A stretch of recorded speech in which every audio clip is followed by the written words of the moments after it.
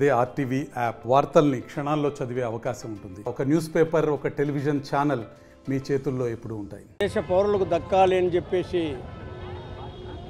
ఆరాటపడినటువంటి జాతిపిత గాంధీ మహాత్ముడి యొక్క వర్ధంతి. సహజంగా ఈరోజు గాంధీ జయంతి. సహజంగా ఈరోజు ఆందోళనలు ఉద్యమాలు చేయకూడదనేటువంటిది ఒక అభిప్రాయం ఉంటుంది.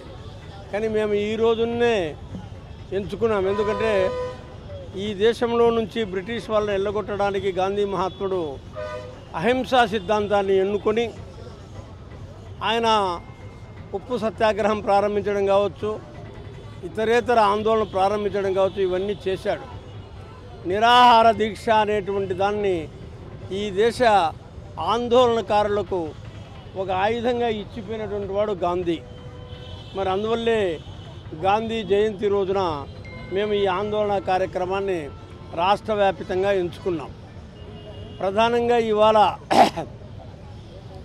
మన విశాఖపట్నంలో ఉన్నటువంటి స్టీల్ ఫ్యాక్టరీ, ఈ రాష్ట్రంలో ఆనాడు 32 మంది ప్రజలు ప్రాణత్యాగంతో, 67 మంది కమ్యూనిస్టు శాసనసభ్యుల రాజీనామాతో, 7 మంది పార్లమెంటు సభ్యుల రాజీనామాతో రాష్ట్ర వ్యాప్తంగా ఉద్యమాలు జరిగినటువంటి నేపథ్యంలో ఆ ఫ్యాక్టరీ ఏర్పడింది.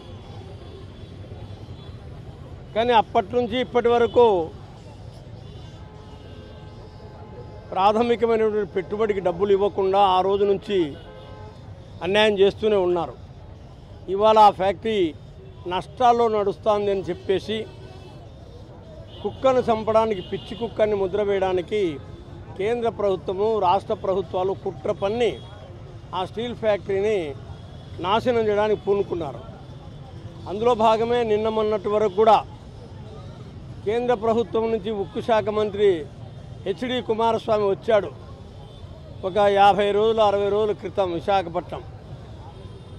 స్టీల్ ఫ్యాక్టరీ ప్రైవేటీకరణ కావడం లేదు, మేము చేయడం లేదు, నేను ఇక్కడ నుంచి ఢిల్లీకి పోయిన తర్వాత నరేంద్ర మోదీతో మాట్లాడి దీన్ని ప్రభుత్వ రంగంలోనే కొనసాగించి ఏర్పాటు చేస్తాను, నాకు 45 రోజులు టైం ఇవ్వండి అన్నాడు.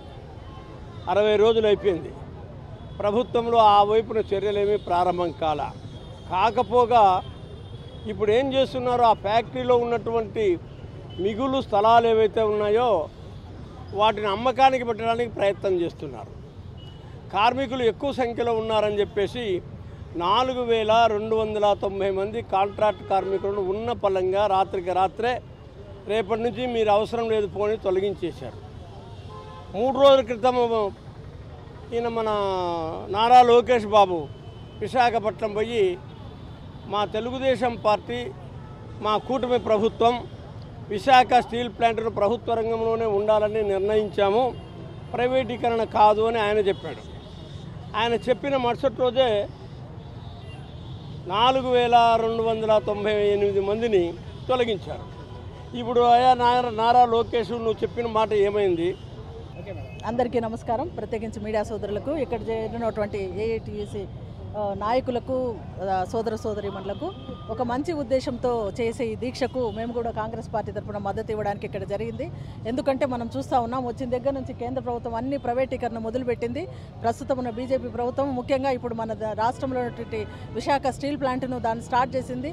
మొత్తము మన దేశాన్నంతా ప్రైవేటు వ్యక్తులకు అప్పచెప్పి స్వలాభాల కోసం చేస్తూ ఉండడంలో, తర్వాత మనకు ఇక్కడ కావాల్సినటువంటి కడపలో కావాల్సిన ఉక్కు ఫ్యాక్టరీని వచ్చిన ప్రభుత్వాలన్నీ ఇదిగో బొమ్మ అన్నట్టు చూపించడం, మళ్ళీ వెనక్కి పోవడం జరుగుతూ ఉంది. కాబట్టి దానికి వ్యతిరేకంగాను, తర్వాత అది నెరవేరాలా అనే ఉద్దేశంతోనూ, తర్వాత ఇక్కడ వాళ్ళ పని దినాలను పెంపు విషయంలో ఇంత వారి కార్మికుల యొక్క శ్రమను దోచుకోవడం తప్పితే వారికి ఏం మేలు చేసేది కాదు. కాబట్టి ఇటువంటి మంచి ఉద్దేశాలతో చేసేటువంటి సమ్మెను మేము కూడా బలపరుస్తూ ఉన్నాం. ఎప్పుడు కాంగ్రెస్ ప్రభుత్వము ప్రజాపక్షంలోనే ఉంటుంది.